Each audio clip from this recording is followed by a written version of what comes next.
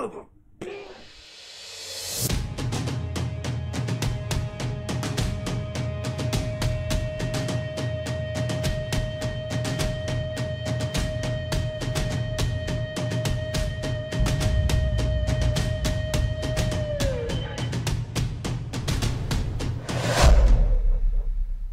Hey gang, it's Def, and today we are talking player housing in Pantheon, a subject I didn't really want to cover because I will admit I never was really into it until I went back to EverQuest in like 2015 or so. I can't remember, but I grabbed a house and I got sucked in the black hole of decorating, and I decorated the guild hall, and then I just became all about this thing.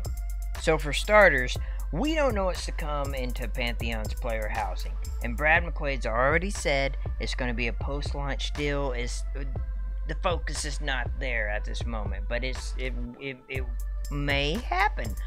I'm not going to say it will happen because, you know, I'm not working at VR or anything like that, which I've been accused of, but I'll save that for a rant. Brad has made a few posts that I've seen, and he's kind of tossed around some ideas, and oh my god, they're pretty epic. I'm not gonna lie, and I'm gonna elaborate on that here in a little bit, but I want to jump back to the past and the history of player housing that I've experienced in a couple of games, and then we're gonna jump to some Pantheon. So when I was in EverQuest and I broke down, I had all these loyalty points, you know, having my account for, you know, 2,000 years. And I had all these points, right? So I bought a house and I started decorating, and one of my favorite things was you could put your items that you've obtained, whether it was fine steel gear or your freaking epic weapon. And I remember just working really hard and placing the gear in my house.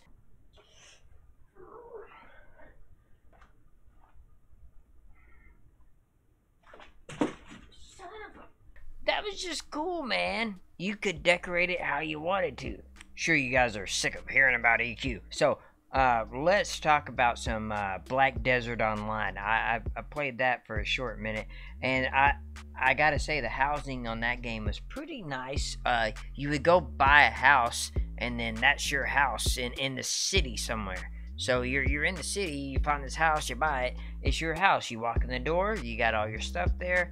But someone else, let's say if you had your best friend Larry, and Larry goes and buys his house, that's his house too. But in order for Larry to see your house, he has to go to the house and click a button. I don't remember how they did it, but he could choose to join your house. So if you wanted if you're Larry and you wanted to see Def's house and we chose the same area, you could see Def's fun dungeon if you wanted to. You don't have to, but it's an option. And then we have Final Fantasy 14, which is kind of cool. You know, it has its own little housing zone, kind of like EQ1 does. But there's only like there's a housing cap.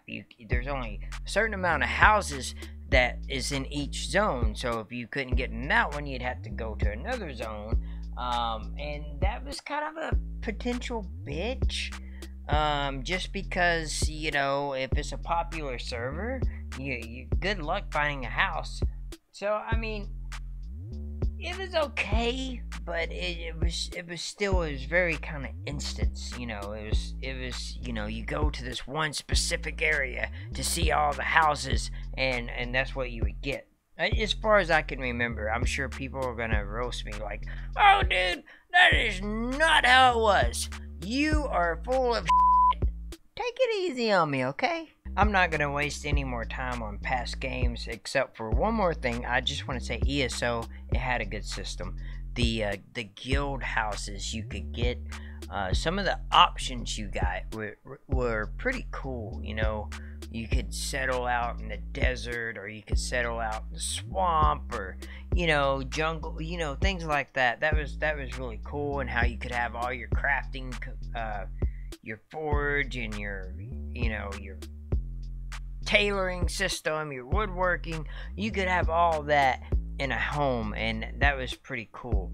But that's far too common these days, And I think Brad McQuaid's ideas are pretty epic, and that's what I'm about to get to. So I'm going to be straight up real with you guys. I read a little bit of Brad's post, and then I was talking to Punk Shoe about this video idea, and then we just got excited and we started exchanging ideas, and then it turns out our ideas were on point with Brad McQuaid's ideas. So, ooh, this is exciting. So for starters, Brad McQuaid is against instance housing, and that is awesome. And I want to quote him on, he said something along the lines of, it's going to be more like packing up and heading west back in the old days. That is freaking sick. This is my interpretation from what Brad has told us. You're going to have outposts. He used the word outpost. That is not what it's going to be called. He's using that for the sake of his ideas. So, and this is what I get from it, and this is what Punk and I have discussed. So just imagine this: you're progressing through Pantheon. You do the dungeons in that area. Brad has said that he wants your houses and huts or whatever it may be destructible. So, people have expressed their ideas against this idea of destructible housing and all that because let's say I go and some guy pissed me off and I'm on my necromancer or my monk and I go pull a train and feign death on him, which I would never do. But let's just say I did.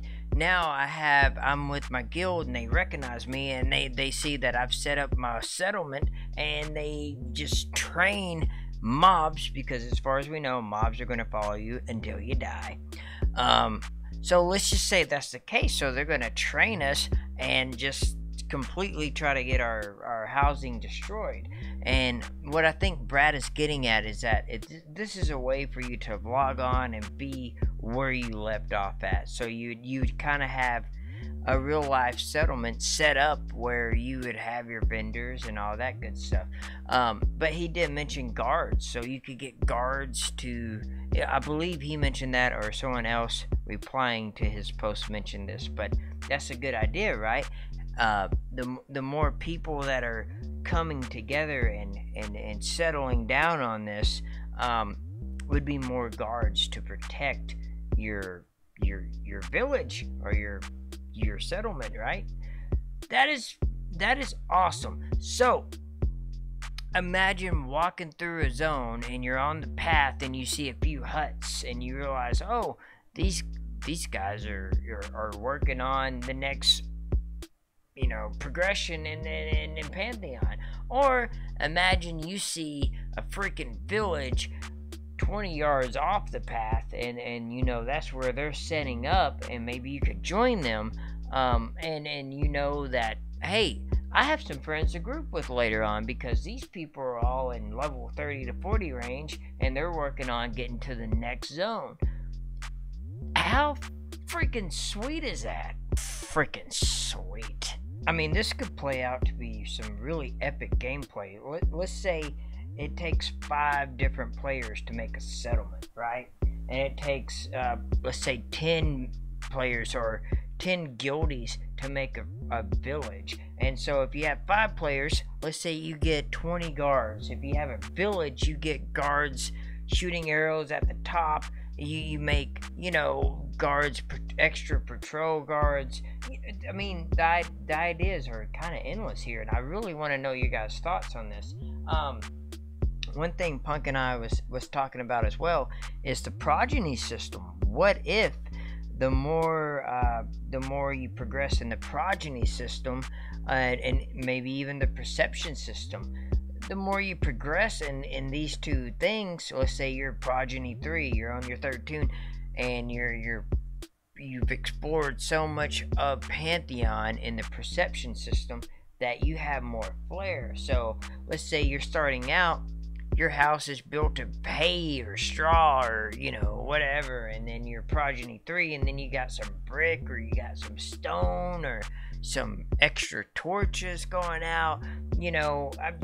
the ideas are basically endless, and that's why I want to make this video engaging for more ideas and more conversation on this topic, because Brad's ideas are really awesome, and it's really different from what I've seen in any MMO, to be honest with you.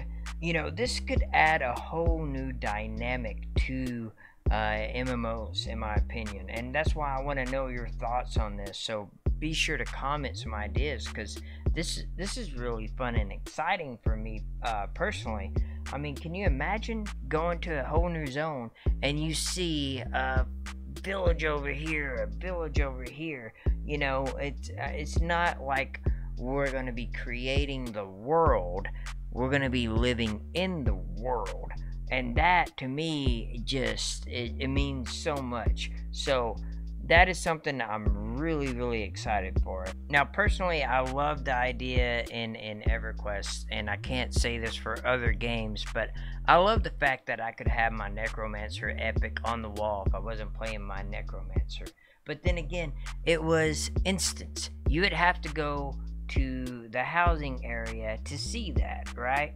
So I'm really curious on how they're going to do cosmetics, and that's why I tied in the progeny and perception system and even the crafting. I think all those things combined and the knowledge you gain in Pantheon should work towards a unique cosmetic flair, if you will. Which kind of brings me to my last point, is guild housing. I know several people have mentioned they just want guild housing in Pantheon, but if what Brad has said on this subject, so if you have outposts, we're gonna go with outposts.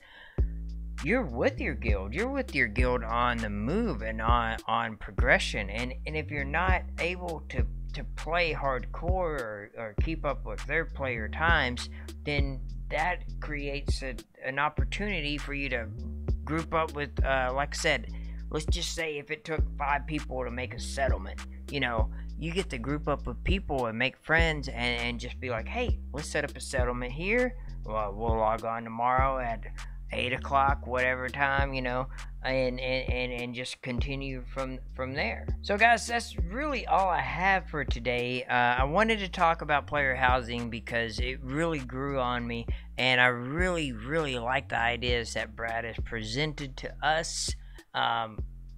These are not set in stone, of course. We have a long time before the game launches. It feels like forever, I know, but stick with it. Eventually, we will all be playing Pantheon Rise of the Fallen. I cannot wait to see how it's going to all play out. Let me know what you think of Brad's ideas, my ideas, your ideas. Comment below. We read everything. I really want to see what you guys think about this. This is really exciting. I think it's, like I said, it's a unique thing that could happen to Pantheon. Be sure to follow us on Twitter, join our Discord, like, subscribe, all that good stuff, and we'll see you guys next week.